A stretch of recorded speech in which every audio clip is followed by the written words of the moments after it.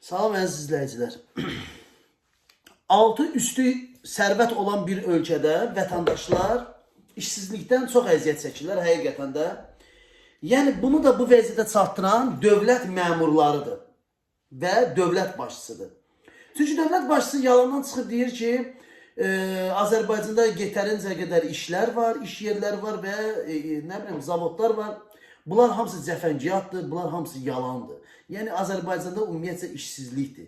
Həqiqətən də çox insanlar, mən canlı açanda da görürəm ki, çox insanlar işsizlikdən əziyyət çəkirlər və mənə çox insanlar müraciət edir ki, Elnur bəy, mənə iş tapın və yaxud da işsizlikdir. Birinin, nə bilim, valla çox vəziyyət həqiqətən də Azərbaycanda günü-günə vəziyyət istəyir. Buna baxın. Sizi bu vəziyyətə kim gətirdi? Qul bazarıdır. Cavab verin mənə. Bizi bu vəziyyətə kim gətirdi? İlham Əliyev gətirdi.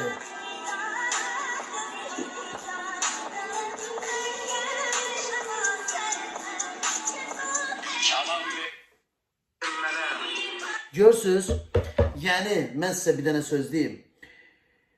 Nefti qazı olan bir ölkə səfalət gündə yaşayır. Aclıqdır. İnsanlar bilmir neynəsinlər. Ona görə də insanların gərək ayağa qalxıb bu hakimiyyəti devr eləməyini mən çağırış edirəm. Çox xahiş edirəm.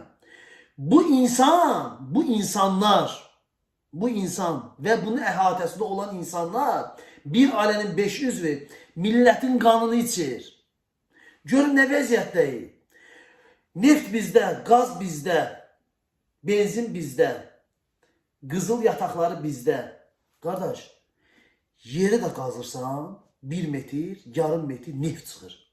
Bu belə bir ölkə harda var? Amma Azərbaycanda var. Amma neynir? Bax, bunlar hamısı, necə deyim, bunun atası Heydər nefti belə üzünə sürtürdü, görməmiş. Balası da bundan 5 bətər. Coruğuza aparacaqsınız. Ay bala, ay kişi, ay insan, ay Adəm övladı.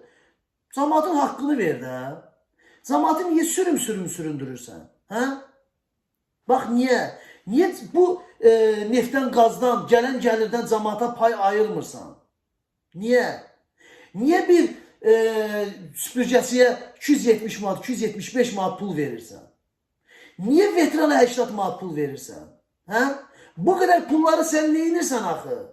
Bir gün Putinə olunan bu həbsdə sənin üçün də olacaq və əlində olan hər bir şey müsadirə olunacaq və Azərbaycanda kasıblara veriləcək.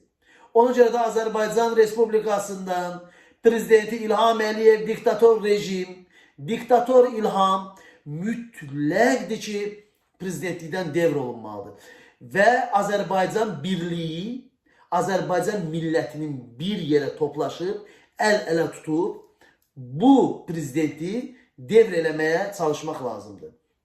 Belə bir, necə deyim mən sizə, rüsvayçılıq heç bir yerdə yoxdur.